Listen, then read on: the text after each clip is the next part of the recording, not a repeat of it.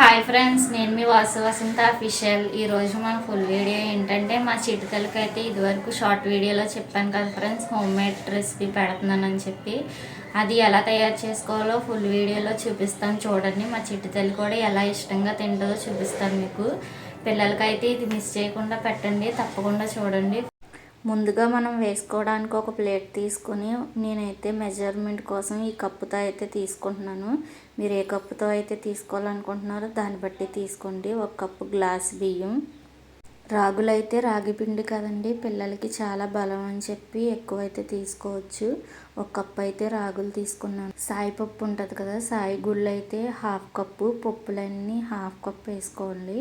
పెసర్లు half cup, ఎర్ర కందిపప్పు హాఫ్ కప్పు, గోధుమలు అయితే మంచిదని చెప్పి ఒక కప్పు, పుట్నాల పప్పు హాఫ్ కప్పు, జీడిపప్పు 10 పలుకుల వరకు వేసుకుంటే చాలు, ఎందుకంటే పిల్లలకి అంత మంచిది కాదు. జీడిపప్పు, బాదం పప్పు ఒక కప్పు వేసుకొని బాగా వాష్ చేసుకోవాలి. ఒకసారి చూడండి ఇందులో ఎంత డస్ట్ ఉందో మీరే చూడండి. కొంతమంది ఏం చేస్తారంటే డైరెక్ట్ వేపేసి పిండి ఆడించేస్తారనమాట. చూడండి అసలు ఎంత వేస్ట్ వస్తుందో. చాలా బ్లాక్గా ఉన్నాయి వాటర్ అయితే, అస్సలు బాగోలేదు. తప్పకుండా వాష్ చేయండి. నేనైతే 4 టైమ్స్ వాష్ చేశాను. మీరే చూడండి అసలు ఎంత డస్ట్ వస్తుందో, వాష్ చేసే కొద్దీ వస్తుంది. ఒక కాటన్ క్లాత్ను వేసుకొని ఎండలో బాగా ఎండబెట్టాలి. ఇలాగైతే చూడండి ఎండిపోయిన తర్వాత కొంచెం దోరగా వేయించుకోవాలి. నేనైతే హాఫ్ అన్ అవర్ పట్టింది, 30 మినిట్స్ అయితే పట్టింది. దగ్గరుండి మరి వేపించుకోవాలి, ఎందుకంటే మాడిపోతాయి, అలాగే వేగం అన్నమాట, పచ్చి పచ్చిగా ఉంటాయి. అంటే మనం కడిగాం కదా, బాగా కడిగాం కాబట్టి పచ్చి పచ్చిగా ఉంటాయి. బాగా గోల్డెన్ కలర్లోకి వచ్చే వరకు బాగా వేయించుకోవాలి. వేయించుకున్న తర్వాత బాగా చల్లారబెట్టుకోవాలి. చూడండి ఇలా గోల్డెన్ కలర్ వచ్చే వరకు బాగా వేయించుకోవాలి. చెప్పడం మర్చిపోయాను, బాదం పప్పులు మాత్రం సపరేట్గా తీసుకొని బాదము, జీడిపప్పు సపరేట్గా అయితే వేయించుకోవాలి. ఎందుకంటే అవి అన్నిటితో కలిపి వేస్తే బాగా వేగవు కదా, అందుకని సపరేట్గా అయితే వేయించుకోవాలి. ఇవి చూడండి ఇలా కొంచెం పగుళ్ళు వస్తున్నాయి కదా, గోల్డెన్ కలర్లోకి వస్తున్నట్టు మనకు తెలియదు, కొంచెం పగుళ్ళు అలా వస్తున్నాయి అనగా హాఫ్ చేసేసుకోవచ్చు. మొత్తం చూసారా ఎంత బాగా వేగిపోయాయో. జీడిపప్పు, బాదం పప్పు చూడండి ఎంత బాగా వేగాయో.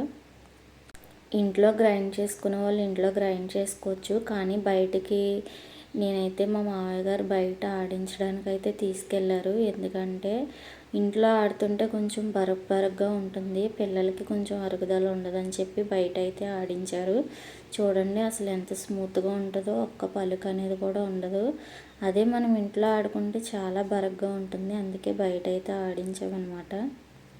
ఇలా కంటైనర్లో పెట్టుకొని ఒక 1 మంత్ అయితే వాడుకోవచ్చు. ఫ్రిడ్జ్ ఉన్న వాళ్ళు ఫ్రిడ్జ్లో పెట్టుకొని కావాల్సినంత తీసుకొని ఫ్రిడ్జ్లో పెట్టుకోవచ్చు. చూడండి ఎంత బాగుంటుందో, చాలా బెటర్ కదా. గ్యాస్ మీద స్టవ్ వెలిగించుకొని ఒక 1 గ్లాస్ వాటర్ అయితే వేసుకొని ఒక 1 స్పూన్ పౌడర్ అయితే వేసుకొని బాగా మిక్స్ చేసుకోవాలి. బాగా అస్సలు ఉండలు లేకుండా మిక్స్ చేసుకోవాలి. అస్సలు కదపకుండా ఉంటే అది మాడిపోతుంది, ఉండలు కట్టేస్తుంది అనమాట.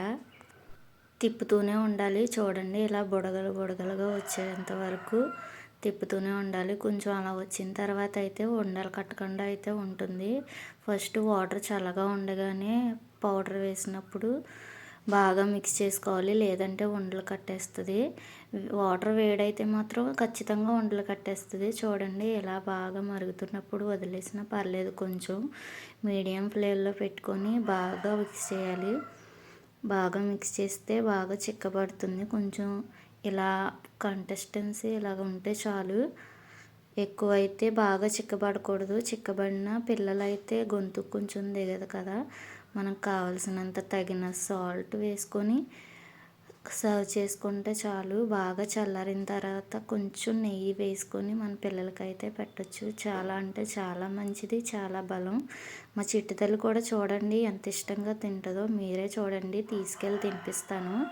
మా చిట్టి తల్లికి అయితే చాలా అంటే చాలా ఇష్టం. కొంచెం లేట్ అయింది ఇదైతే ఆడించడానికి, అలా వర్షాలు పడడం అది ఇది అవడం వల్ల కొంచెం పాపం మిస్ అయింది మా చిట్టి తల్లి అయితే. చూడండి ఎంత చక్కగా తింటుందో, మీరే చూడండి. ఆడుతుంది, మీకు హాయ్ చెప్తుంది, ఆడుతుంది.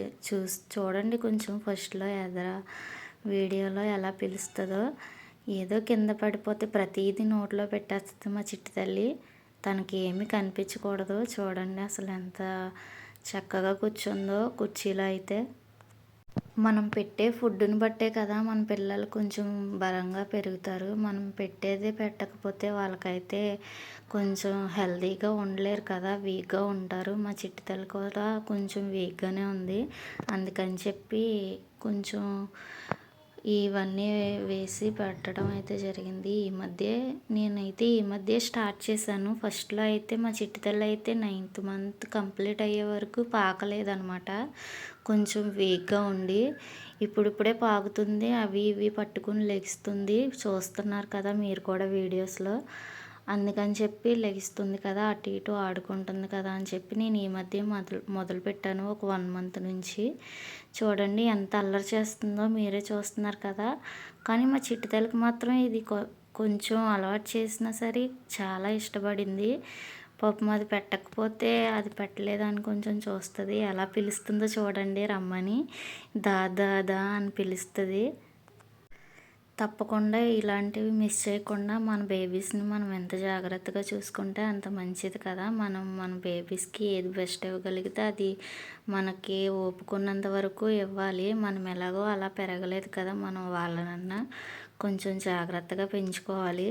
చూడండి అసలు ఎంత అల్లరి చేస్తుందో. దాదా అని ఆట పట్టిస్తుంది, ఆటలాడుతుంది. అస్సలు ఒక్క చోట కుదురుగా కూర్చోదు. నేను కుర్చీలో పెట్టి ఎదురుగుండా కూర్చున్నానని చెప్పి అంత అల్లరి చేస్తుంది, ఎటు వెళ్ళనివ్వట్లేదని. చూడండి చూసారుగా ఎలాగోలాగా కొంచెం కొంచెంగా అయితే ఆడుతూ పాడుతూ తినిపించాను. చూడండి అలా తినేస్తుంది, కానీ అల్లరి చేస్తుంది, అటు ఇటు వెళ్ళిపోతుంది. చూడండి తినేసింది. హాయ్ చెప్పు అంటాము. హాయ్ చెప్పమ్మా అంటే నా దగ్గర ఏదో ఉందని చూస్తుంది. దాని దగ్గరికి ఏదో ఇచ్చాను, కవర్ ఏదో చేతిలో పెట్టింది. చూడండి మా చిట్టి తల్లి అస్సలు కుదురైతే ఉన్నదండి. మా చిట్టి తల్లి కోసం ఒక లైక్, షేర్, సబ్స్క్రైబ్ చేసుకోండి తప్పకుండా. మా ప్రతి వీడియోస్ మీకు రావాలంటే మమ్మల్ని ఫాలో చేయాలి కదా మరి. మా చిట్టి తల్లి ఆటలు పాటలు చేష్టలు అన్నీ వస్తాయి. మా కోసం ఒక లైక్, షేర్, సబ్స్క్రైబ్ మొత్తం చేసుకోండి.